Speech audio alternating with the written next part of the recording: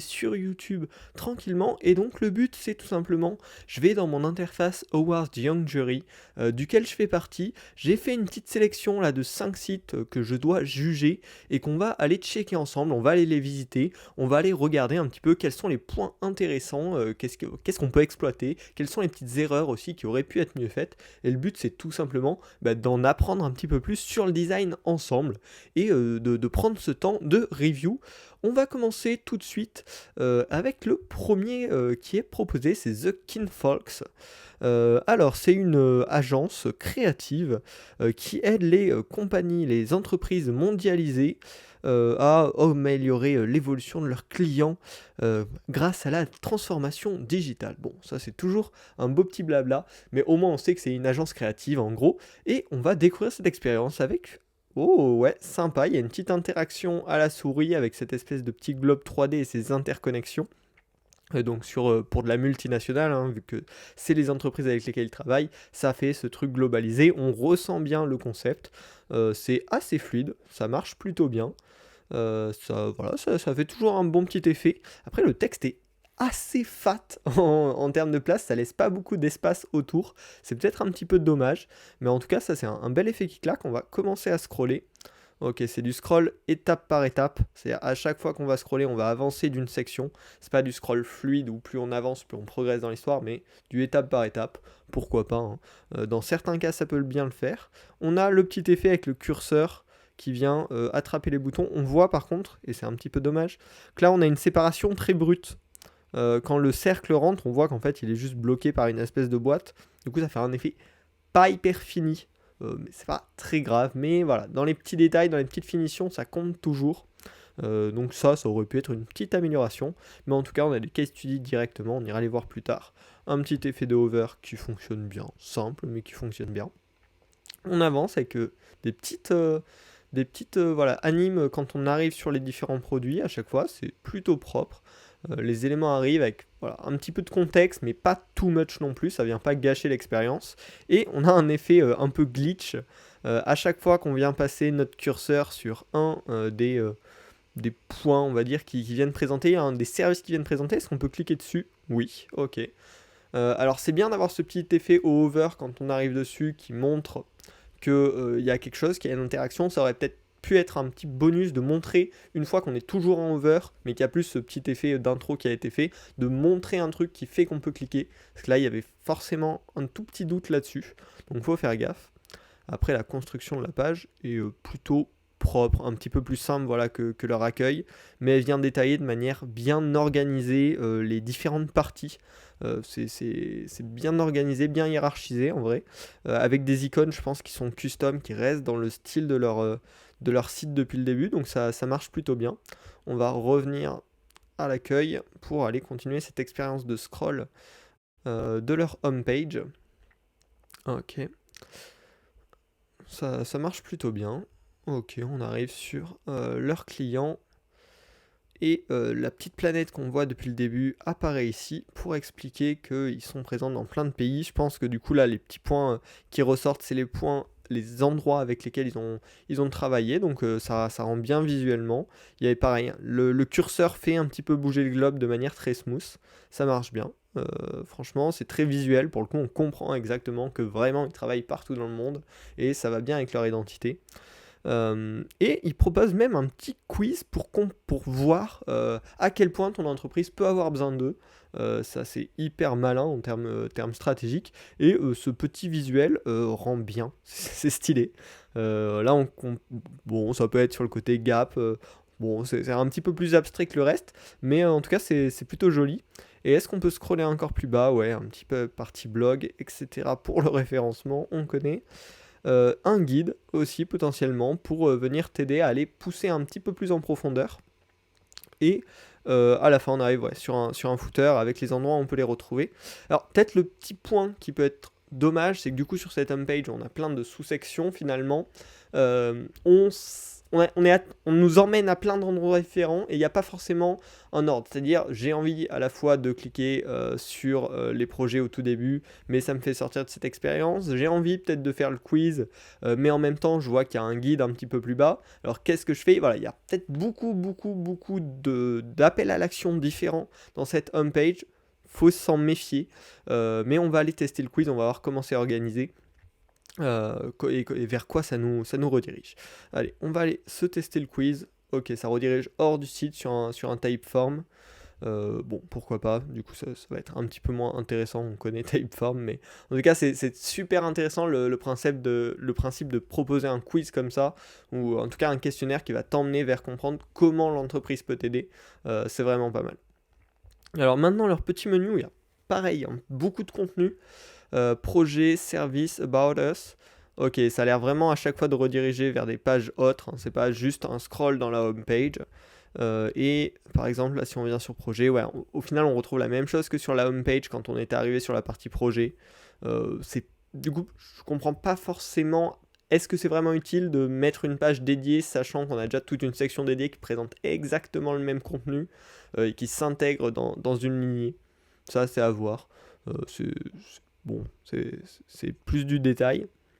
Bon, et les pages secondaires sont globalement, ce qui est intéressant, hein, c'est qu'elles sont bien organisées, bien structurées. Après, elles sont beaucoup plus classiques.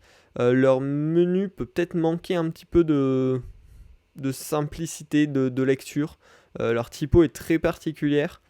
En tout cas, cette typo-là, elle est assez particulière et pas forcément évidente à lire. En fait, c'est qu'il y a peu d'espace entre les différentes sections et l'espacement entre les lettres, par contre, est relativement important. Donc ça aurait peut-être été intéressant d'espacer un petit peu plus ces différents éléments pour qu'on arrive mieux à discerner en fait les différentes sous-catégories de la catégorie sur laquelle on est actuellement.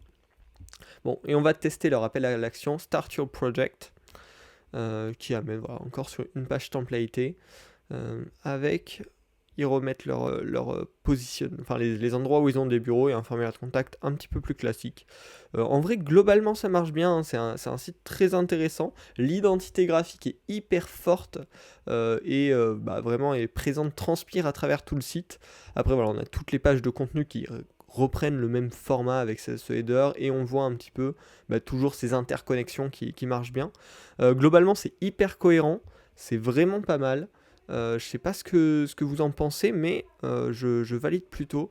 Leur partie article est bien foutue aussi. On a directement des propositions sur le côté, mais qui attirent pas trop l'attention, qui restent en second plan, on va dire, par rapport au contenu de l'article, qui est bien fait avec des mots qui ressortent et qui emmènent vers vers d'autres articles du site. Donc ça, niveau référencement, c'est vraiment top. Alors là, par contre, j'ai perdu mon curseur. Ça, c'est le grand souci avec les sites comme ça. C'est que dès qu'il y a un curseur personnalisé, quand on sort, des fois, le curseur réapparaît pas comme il faut. Et donc, faut toujours se méfier. Mais en tout cas, ouais, ça, niveau référencement, c'est top. Et même niveau pratique, pour les lecteurs, c'est nickel. C'est ce que fait Wikipédia sur leur site. C'est-à-dire, à chaque fois que tu es sur une page, tu peux te rediriger, en apprendre plus sur toutes les infos annexes. Donc, très très bien foutu pour une page blog qui est souvent un petit peu secondaire pour ces sites-là. Là, on voit que ça a été bien travaillé et que ça continue encore une fois dans l'ambiance, dans le branding porté par The Kinfolks. On va aller voir un petit case study sur Bridge the Digital Gap. Alors là, c'est un projet qu'ils ont fait pour eux-mêmes.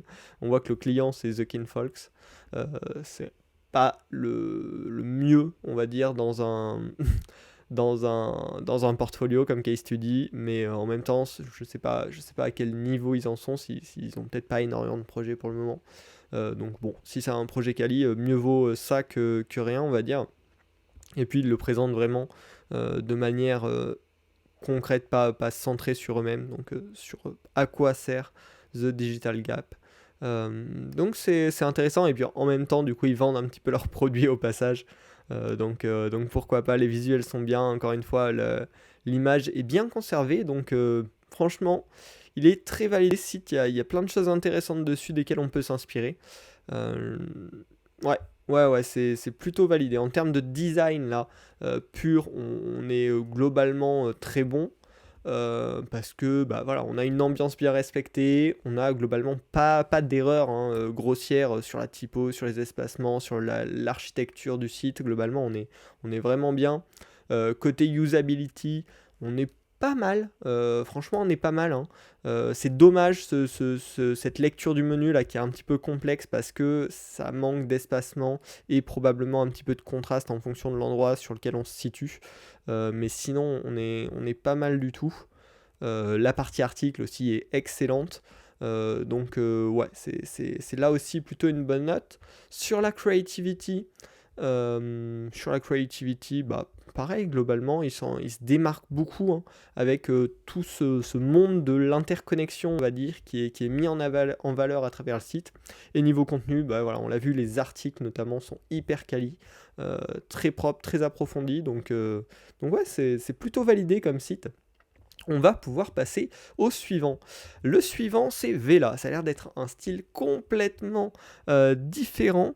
Et du coup, qu'est-ce qu'ils nous font, Vela? Ils nous donnent des outils pour gérer, optimiser et faire grandir notre business. Bon, les descriptions vraiment des sites sur Word, elles sont toujours un petit peu clichés. C'est toujours très large et on a l'impression qu'ils aident tout le monde à faire grandir leur business. C'est toujours un peu large, mais c'est pas grave. Bon, en tout cas, c'est probablement une solution pour les entrepreneurs. Donc on a cette petite homepage avec ces jolies photos, photos ou illustrations, non, ouais, là on serait sur de la photo plus ou moins, mais mixé avec de l'illustration, ça marche bien. Les couleurs sont assez agréables. Bon, on a le petit bot là qui vient nous enquiquiner dès le début, alors oui, potentiellement on peut avoir des questions, mais laissez-moi tranquille, j'ai envie de regarder le contenu du site dans un premier temps. Et on peut directement mettre notre email pour commencer, alors qu'on ne sait pas encore ce qu'ils font. C'est peut-être un petit peu tôt en termes de funnel de conversion. Mais bon, ça c'est à eux de tester et d'itérer là-dessus pour voir qu'est-ce qui va convertir le mieux. Ils ont directement une petite preuve de leur, du fait qu'ils ont déjà des gens importants dans leurs clients, ou en tout cas dans les gens qui utilisent leurs services. On a des petites fonctionnalités sur qu'est-ce qu'ils font. Connect and manage multiple shops. Ok, à travers un seul compte Vela, on peut éditer facilement des produits et on peut centraliser, on va dire, la gestion des produits entre plusieurs plateformes. Ok, ça c'est assez clair. Des trucs tout cons, hein, mais le fait que là on ait la petite souris qui apparaisse déjà, ça nous permet de comprendre qu'on peut cliquer. Peut-être un petit effet de hover, ce serait complémentaire, ce serait agréable. Et ça permettrait à l'utilisateur de mieux comprendre le fait qu'il peut cliquer quand il passe là-dessus. Bon, ça défile tout seul, donc il n'y a pas trop de soucis là-dessus. Et en même temps, le défilement seul peut des fois être désagréable, hein. Ça, voilà, c'est pas parfait, en tout cas, c'est à vérifier. Une fois qu'on a cliqué dessus, ça reste focus longtemps. Mais rien qu'en fait le fait d'avoir un petit effet de hover, ce serait du complément pour avoir cet équilibre entre d'un côté ça défile tout seul, mais d'un côté je peux revenir dessus quand je veux et le comprendre directement très facilement. Après en termes de visuel, je trouve que c'est très agréable, c'est bien cohérent, on a des petites icônes qui sont peut-être pas custom, je sais pas. En tout cas on a des petites icônes qui marchent bien, les couleurs matchent bien aussi. Ici j'avais l'impression qu'on avait un espèce de petit effet de hover, mais c'était peut-être qu'une impression. Ouais, ça devait être qu'une impression. Dommage, oui, c'est le même composant de toute façon. En tout cas, c'est propre. On a bien du coup les différents avantages du produit sur les différentes parties qui peuvent être concernées. Et là, cette fois-ci, on nous invite à rejoindre, à laisser notre email cette fois-ci pour de vrai avec des user reviews qui sont plutôt bien présentés. Pareil, toujours dans l'identité, et la petite illustration là qui fonctionne bien, qui donne en fait un côté un petit peu plus agréable, un petit peu plus sympa à la gestion de magasins en ligne, qui n'est pas forcément quelque chose qui fait rêver comme ça. Ouais, ils ont toujours vraiment ce petit esprit illustration. Donc là, on est vraiment sur de la pure illustration. Au début, c'était à douter s'il n'y avait pas un peu de photos aussi. Mais en tout cas, ça marche vraiment bien comme style. J'aime beaucoup. Bon, et là, ils nous vendent un petit peu de rêve avec le revenu qui augmente maintenant que nous avons Vela. Euh, mais c'est très propre. Et ce style graphique, là, il est très très original. J'arrive toujours pas à savoir, du coup, ça on dirait que c'est du vrai, et ça du coup du faux. Mais ça doit être tout du faux, du coup, c'est un espèce de montage papier, illustration.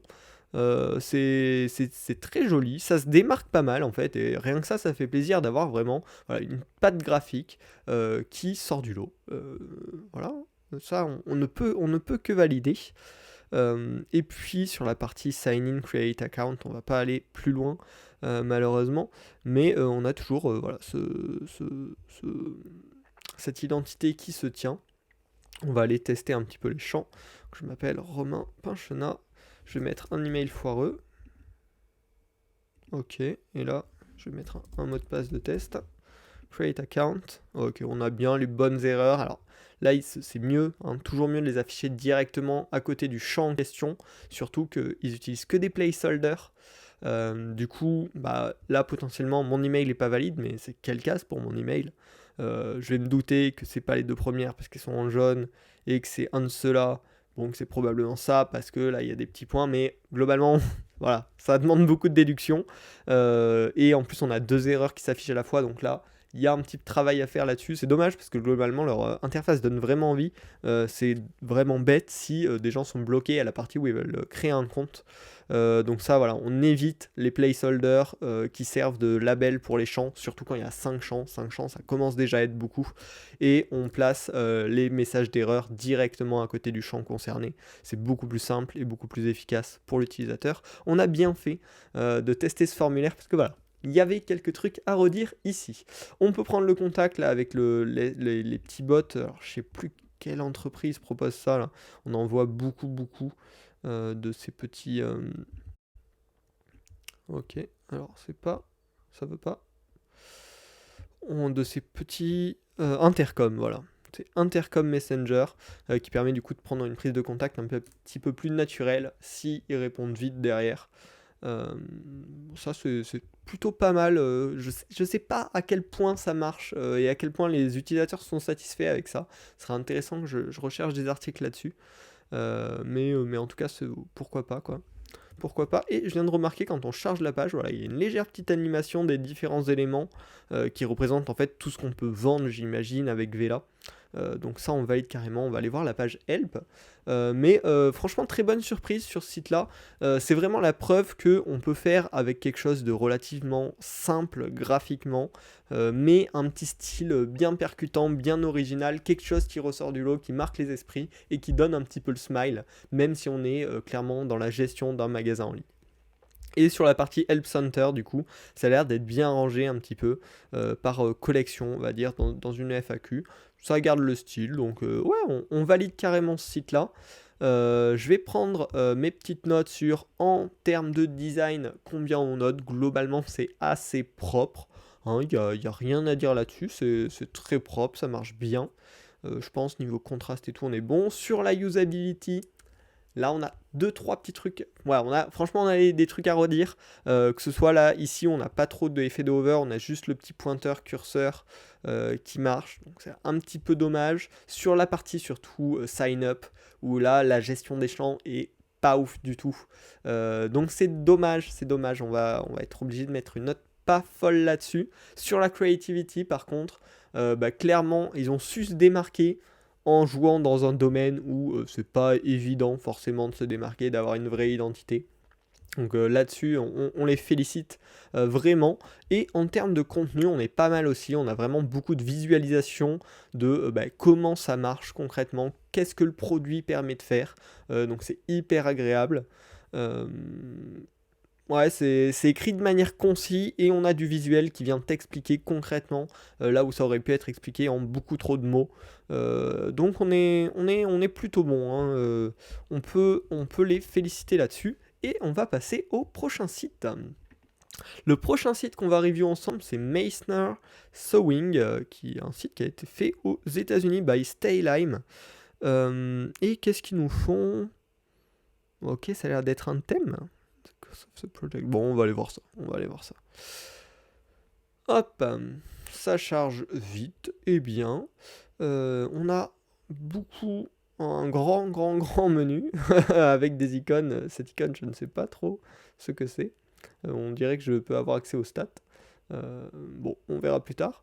Avec ensuite des catégories qui nous ouvrent des giga menus. Est-ce que je vois? Ouais. Qui sont séparés en deux types. Ça peut être à la limite pas mal d'avoir un menu découpé, entre guillemets, mais de manière délicate avec ce petit trait. Si ça peut simplifier la lecture utilisateur, parce que là, ça a vraiment l'air d'être la partie commerce, on va dire, et là, la partie plus information à propos. Ça marche plutôt bien, la search bar qui vient s'étendre, mais qui est très reconnaissable. On a ici le price guarantee, ok, une ligne un peu d'information. Et un slider. Bon, le slider est un peu lent, c'est pas forcément très joli. La manière dont c'est inclus, et puis surtout, oui, surtout, c'est quand même ça le problème, on a du texte qui passe derrière le bouton, ce qui est pas ouf, hein, on va pas se le cacher. Les contenus visuels également viennent pas forcément mettre bien en valeur le reste du site. Ils sont pas tous à la même hauteur en plus, j'ai l'impression. Alors, et puis il est énorme ce carrousel. Ouais, il doit y avoir 1, 2, 3, 4, 5, 6. Il y a 6 éléments, 6 éléments dans ce carrousel. C'est clairement beaucoup trop. Déjà, les carousels, moi je recommande vraiment pas. Pourquoi? Parce que tout simplement, ce qui est au fond du carrousel ne sera jamais vu. Et du coup, mieux vaut savoir prioriser le contenu, faire des choix et dire c'est ce contenu-là qu'on veut mettre en avant et vraiment le mettre en avant, plutôt que de mettre beaucoup de choses dans un carrousel où au final on dilue la valeur de la première chose qui est dans le carrousel parce que si elle défile toute seule, l'utilisateur va la perdre de vue.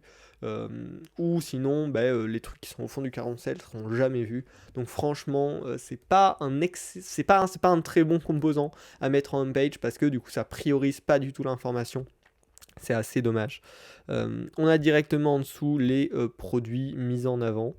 Ok, il y en a 5. J'arrête pas de misclick. Et puis, les différentes offres spéciales, ça c'est pas hyper pratique à lire, hein, surtout quand c'est en plein milieu de l'écran. Les textes sur le côté, déjà c'est pas hyper pratique à lire, mais quand c'est au milieu de l'écran, c'est encore plus dur. À la limite, quand c'est à gauche, sur un ordinateur ou une tablette, on a plus de facilité, on va dire, à un petit peu tourner la tête pour le lire. Quand c'est au milieu, ça devient beaucoup plus compliqué. Donc ça, c'est clairement une chose à éviter. Même si c'est pour de la décoration, là du coup ça fait quelque chose qui vient contrarier un petit peu la lecture du site et qui attire du coup l'attention au milieu, alors que finalement ce qu'ils essayent de mettre en avant c'est ce qu'il y a sur les côtés. Donc c'est un petit peu dommage. C'est dommage parce qu'il y a vraiment des trucs sympas sur ce site. On voit que l'iconographie est bien travaillée, là-dessus elles sont plutôt jolies. On a ce petit pattern de rayures qui rend bien, qui rend assez agréable. Mais on a des choses un petit peu moins bien foutues, on va dire. Ouais, là, elles rendent vraiment bien et donnent envie, en fait, ces petites icônes. Ça fait très travailler, mais on a le début de la homepage qui est un peu violente, quoi. Qui est un peu violente. Ok, on arrive en bas. À la limite, c'est beaucoup plus structuré, c'est beaucoup plus agréable. Ici, ça respire un petit peu plus, même si c'est écrit relativement gros, mais c'est un choix. Mais peut-être ce qui manque, ouais, sur site, clairement, l'accueil, là, elle est violente. Il y a beaucoup trop de contenu qui viennent nous attirer l'attention partout. On ne sait pas du tout où regarder. C'est-à-dire que le pattern, on va dire, classique sur une homepage pour un utilisateur, c'est de regarder de en haut à gauche jusqu'à en haut à droite, puis de faire en gros le pattern en Z où on va aller regarder le coin en bas, puis ici. Et globalement, notre attention se fait catcher au milieu, normalement, par de l'info forte. Et là, on a de l'information partout. On n'arrive pas du tout à centrer notre regard. C'est vraiment dommage.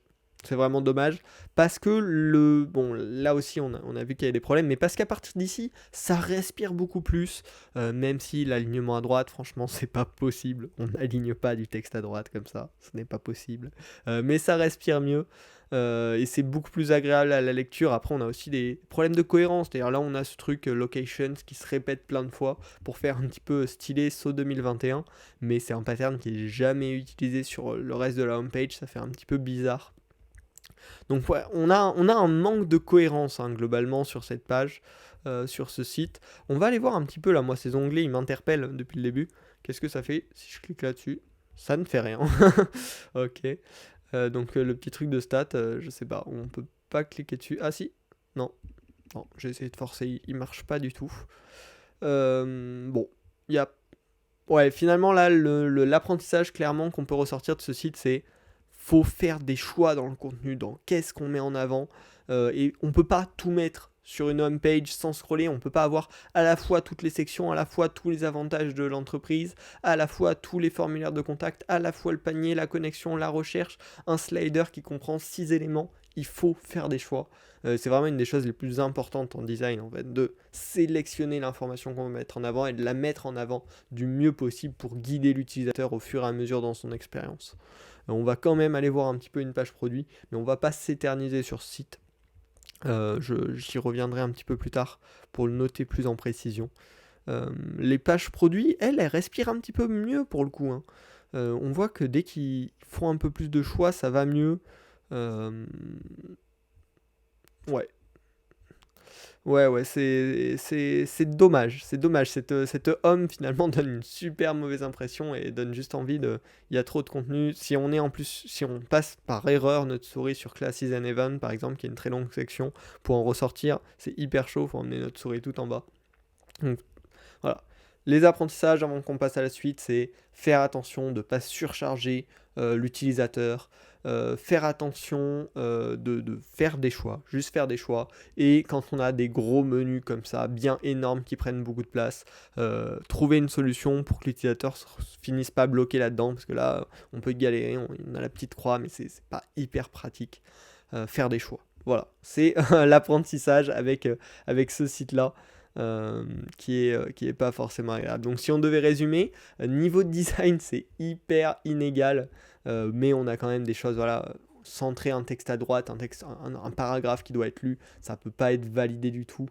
C'est pas très professionnel du tout. Pareil quand on voit qu'il y a du texte là qui passe derrière les flèches, faut faire gaffe là, c'est quand même le minimum. Donc pas ouf en termes de design à ce niveau-là, mais par contre on a la petite identité graphique quand même qui vient apparaître avec ces belles icônes, donc c'est dommage, c'est dommage. En termes de usability, bah, c'est là où ça va se dégrader, hein. Trop d'informations tue l'information.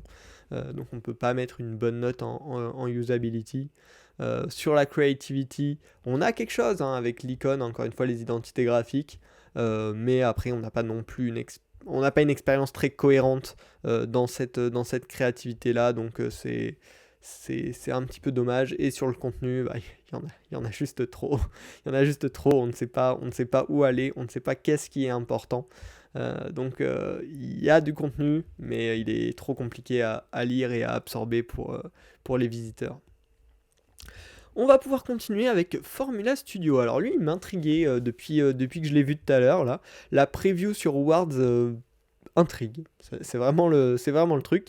Et c'est encore un studio qui aide les startups dans la phase de product design et de marketing. Alors on est parti. Ok, c'est tout noir. On a un petit carré de couleur qui arrive. Ok, c'est une vidéo en fond. On en a déjà parlé ça dans les dernières reviews, mais les vidéos en fond, bon. euh, Surtout là, du coup, le texte n'est pas toujours aussi bien visible en fonction des phases de la vidéo. Moi, je suis pas fan personnellement. Mais bon, ça peut. Mais c'est surtout beaucoup de data consommée pour souvent quelque chose qui aurait pu être fait nativement sur l'appareil de l'utilisateur. On peut pas scroll du tout en plus. Ah non, ça c'est dommage. Quand on scroll, il se passe rien du tout et pourtant les utilisateurs sont hyper habitués à scroller et il n'y a aucun CTA. La seule chose qu'on peut faire, du coup, si je ne me trompe pas, hein, c'est d'aller cliquer sur le menu qui est placé. En plus, on a l'habitude que les menus soient à droite. Il n'est pas placé à droite, il est placé à côté du logo. On pourrait croire que c'est le logo de Formula Studio. Donc là, en usability, ils sont en train de se prendre une petite patate dès le début. C'est vraiment dommage. Il faut au moins, quand on a une page d'accueil, emmener l'utilisateur en quelque part. Il est arrivé là, faut lui dire où aller ensuite, que faire ensuite pour en apprendre plus sur les services que vous pouvez lui proposer dans le cas d'un studio comme ça. Là, c'est vraiment dommage de le laisser bloquer là. On lui dit, ah, regarde, c'est cool ce qu'on fait, mais quelle est la prochaine étape? quelle est la prochaine étape. Ça, c'est vraiment important à prendre en compte. Quand on clique sur le menu, il arrive tranquille. Là, on peut prendre potentiellement contact avec eux. Ils ont un podcast, donc ça va nous intéresser. On ira y jeter un petit coup d'œil. Et puis, on va aller voir leurs travaux. Mais là, c'est vraiment dommage que sur la homepage, ça ne nous emmène pas vers leurs travaux, ou que quand on scrolle, ça nous propulse pas directement vers leurs travaux. Enfin, il faudrait faire quelque chose à ce niveau-là. On vient de remarquer que le logo, il s'est mis sur le côté quand on est arrivé sur Works. Pourquoi pas? Je sais pas vraiment à quoi ça sert, mais pourquoi pas? Il n'est pas forcément bien aligné en plus avec le menu, ça fait un petit peu étrange, mais bon, why not? Leur typo est plutôt pas mal, moi je l'aime bien, je sais pas ce que c'est. On va aller regarder un petit peu à l'ancienne. Clarica Progeo. Bah ok, bah c'est plutôt une belle fonte, je l'aime bien. Je l'aime bien, et puis il joue bien avec le light et le bold pour faire ressortir le contenu important. On a des previews de ce qu'ils ont fait. Alors non, ça c'est les différents case studies qu'ils proposent. Il y a des tout petits effets de hover pour comprendre qu'on peut cliquer dessus, mais qui viennent rendre le texte moins lisible. C'est peut-être un peu dommage, ils sont surtout des grands pavés comme ça, il y a toujours des petits effets sympas qui montrent à l'utilisateur qui peut interagir à mettre en place. Et on a aussi un petit souci, enfin personnellement ça me dérange sur l'alignement, c'est-à-dire que ça c'est aligné avec ça, mais c'est pas du tout aligné avec les contenus proposés en dessous. Donc c'est assez dommage. Ah, je suis déçu, hein. La preview me donnait envie là. J'avais envie d'en découvrir plus sur leur site. Et finalement, on aurait pu s'attendre à mieux. Les couleurs marchent hyper bien par contre. Voilà, cette palette de couleurs fonctionne hyper bien. Pourtant, elle est variée, mais elle est très cohérente entre elles. Ça crée une bonne ambiance assez agréable. Et là, ils nous proposent ensuite de les contacter quand même. Ils nous laissent pas bloquer ici. On va aller découvrir leur projet. Mobile App, Trends Digital Fashion. Ok, alors là, on n'a même plus du tout le logo. On a juste le nom du projet qui apparaît en haut à droite. Ça, le layout est plutôt sympa, ça met bien en avant les infos, il y a une bonne hiérarchie, ça c'est aussi un point super important, mais forcément toujours les labels, il faut que ce soit en retrait par rapport au contenu qui est mis en avant par ce label, parce que ce qui est important, c'est pas designer, c'est le nom de la personne, et pas le client, et pas le mot design for, c'est pas ça qui est important, c'est la personne pour laquelle c'est designé qui est important. Donc ça, faut toujours y penser quand on fait nos designs. On n'a pas toujours pris des bonnes habitudes à ce niveau-là, mais ça match bien. Bon, là, on n'a pas de bol, on est tombé sur un projet exemple qui n'était pas pour un vrai client. Mais le texte se lit hyper bien. J'aime vraiment cette police. Elle est bien mise en avant, tranquillement. C'est peut-être écrit un peu gros pour la lecture, parce que du coup, on arrive très vite en fin de ligne et on doit déjà retourner à la ligne suivante. Mais au moins ça se démarque bien, le contenu est agréable à lire. On a des belles previews en plein écran. Bon après voilà, ça reste assez classique on va dire, hein, comme case study. Ça a l'air plutôt complet par contre. Et on a quelques trucs animés qui fonctionnent bien. Pourquoi pas? Bon, le verdict sur site, on va aller voir quand même la partie contact et podcast, mais c'est qu'en usability, on va être obligé de le sanctionner parce que c'est pas possible de ne pas rediriger son utilisateur dès la homepage, de le laisser bloquer dès la homepage. C'est vraiment hyper dommage. Ouais, c'est hyper dommage, on perd tout l'intérêt du site. Le taux de rebond qu'ils vont avoir doit être immense. Parce que tu tombes sur le site, tu sais pas où aller, tu repars et tu vas chercher une autre agence, malheureusement, la plupart du temps. Et du coup, ils ont une partie podcast avec différents épisodes dans plusieurs langues. Là, je vois, il y a de l'anglais, il y a du chinois. Donc ça, c'est toujours bien. Ça fait du contenu complémentaire propulsé par l'agence. Si on clique dessus, on va directement pouvoir aller l'écouter sur leur page à eux. Pourquoi pas, mais en même temps on est sorti là, on n'est plus sur le site, hein. On est sur formulas.design et avant on était sur formulas.studio. Ok, ouais, c'est un peu un sous-site où ils ont leur podcast.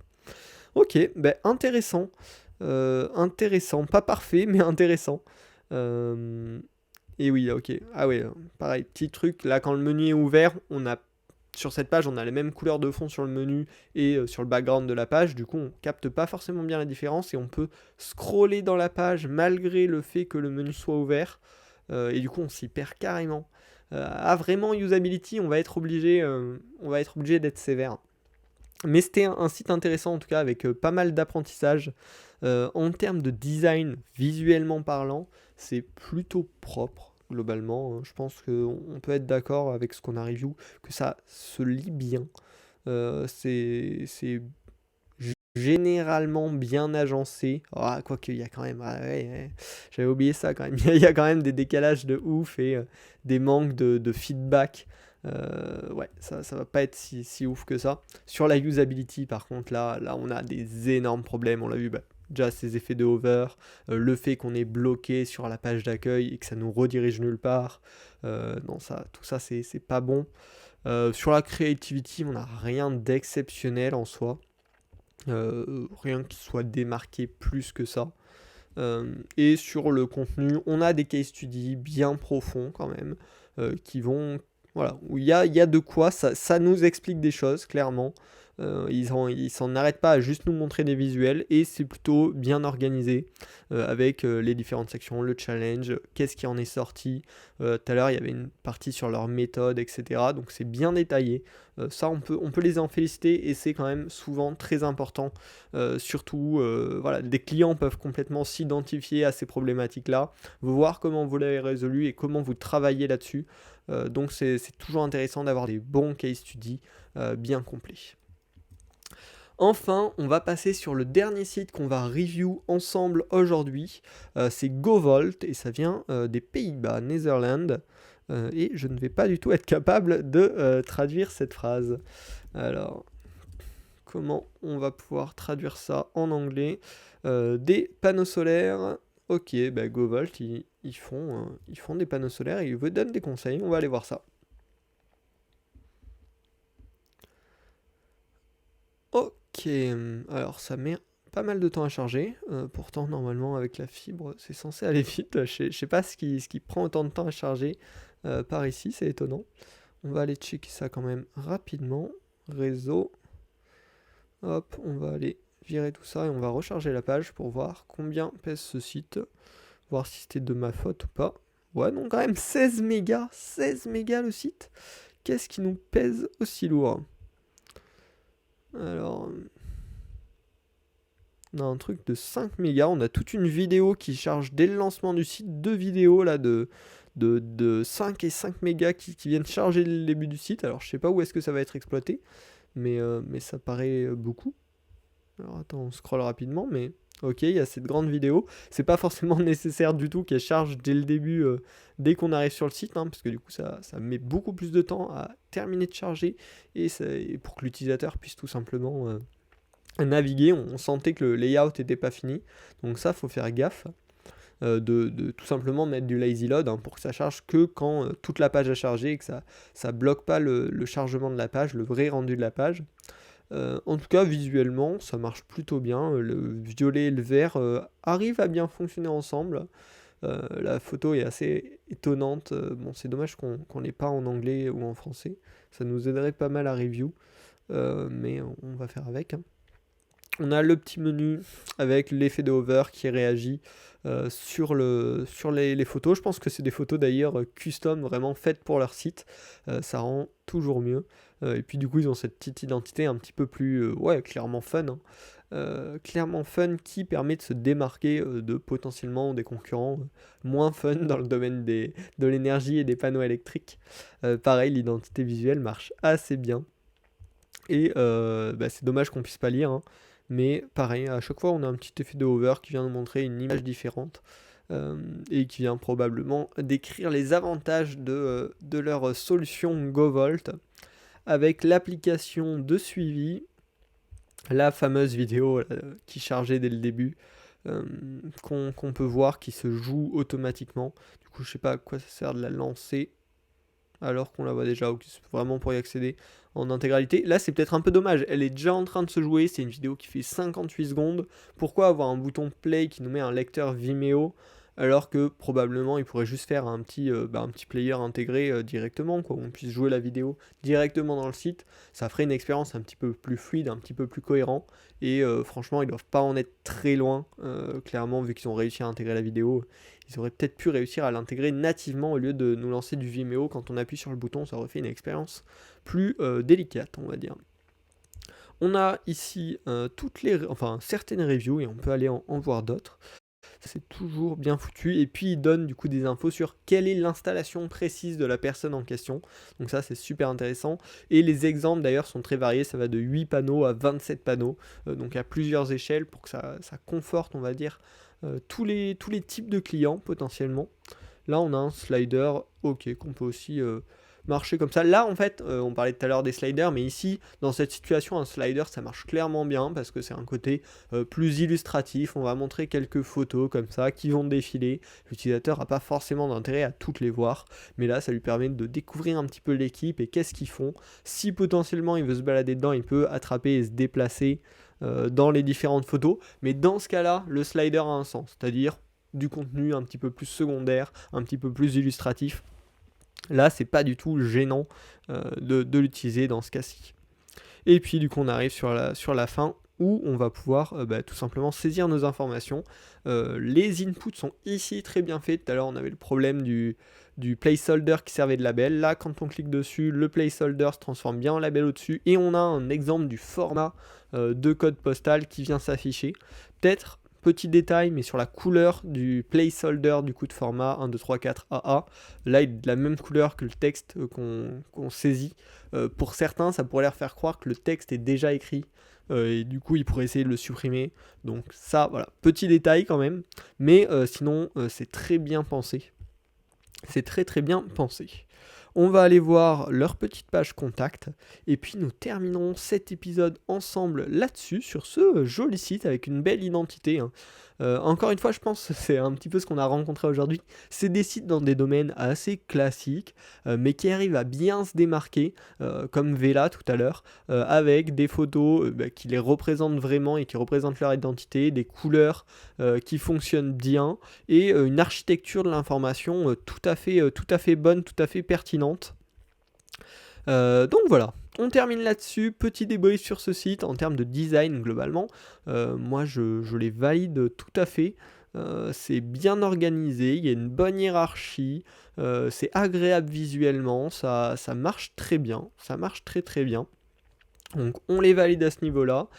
Sur la usability, on a vu que les inputs étaient bien travaillés, même s'il y a ce tout petit détail là qui est un petit peu dommage.